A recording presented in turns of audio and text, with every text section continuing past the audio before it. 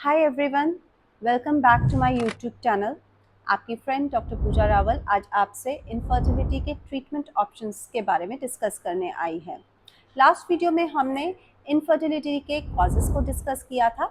आज हम डिस्कस करते हैं कि क्या क्या ट्रीटमेंट ऑप्शंस अवेलेबल हैं इनफर्टिलिटी के लिए। अगर आपने वो वीडियो नहीं देखी है तो प्लीज़ देख लीजिए और फिर इस वीडियो को देखिएगा। तो पहले तो मैं ये कहना चाहूँगी कि आप इस सफ़र में अकेले नहीं हैं और आपको स्ट्रेस लेने की कोई ज़रूरत नहीं है। आजकल इतनी ट्रीटमेंट ऑप्शंस अवेलेबल हैं कि लगभग 90% पेशेंट्स को हेल्प मिल जाती है और वो बड़ी आसानी से कंसीव कर पाते हैं।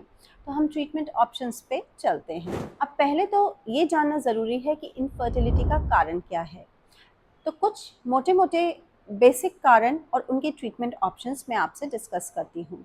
अगर इनफर्टिलिटी का कारण है ओव्यूलेशन, यानी कि जो अंडा रिलीज होता है ओवरी से वो अच्छा नहीं बना या फिर उसको टाइम पे नहीं वो निकलता है, तो इसके लिए क्या हम ट्रीटमेंट ऑप्शंस ले सकते हैं वो डिस्कस करेंगे।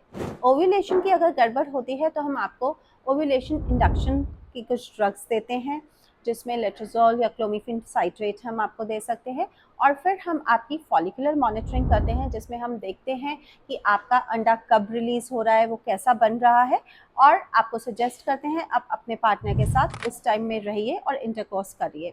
तो इससे भी आप बड़ी आसानी से कंसीव कर पाते हैं। जैसे आप ये समझ गए हैं, ट्रीटमेंट आपके कॉज के ऊपर डिपेंड करता है। तो नेक्स्ट लाइन में है इंट्रा यूट्राइन इंसेमिनेशन, जिसे हम कहते हैं आईयूआई।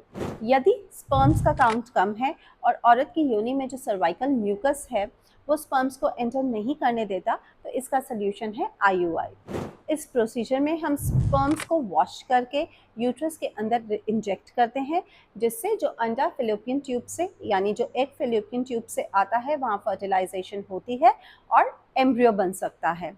इसका रिजल्ट 15% टू 20% है। ये एक ओपीडी प्रोसीजर है, 10 से 15 मिनट में हो जाता है और डे केयर प्रोसीजर है, आप अपने घर भी उसी दिन जा सकते हैं। अब हम आते हैं सर्जिकल ऑप्शंस पे।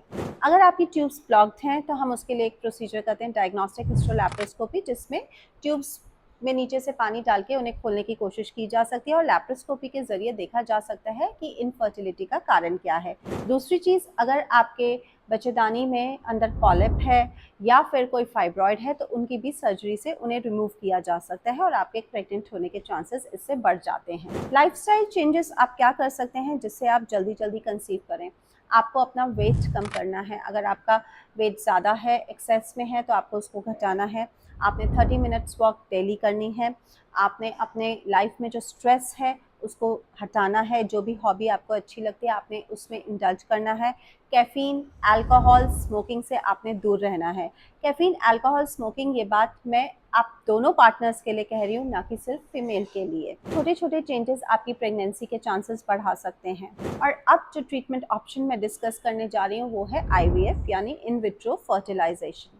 जिन औरतों की ट्यूब्स ब्लॉक्ड हैं या स्पर्म काउंट बहुत ही लो है, उनके एग्स को और हस्बैंड के स्पर्म को लेके लैब में फर्टिलाइज किया जाता है और फिर उसको यूट्रस में इंजेक्ट किया जाता है बने हुए एम्ब्रियो को। ये एक सेफ और रिलायबल प्रोसीजर है। ये लगभग आपको 30 टू 35% प्रेगनेंसी का रिजल्ट दे सकता है। बट क्या एज है फीमेल की और क्या कॉजेज़ हैं इनफर्टिलिटी के और एग्स की क्वालिटी क्या है, ये सब चीज़ें भी मैटर करती हैं।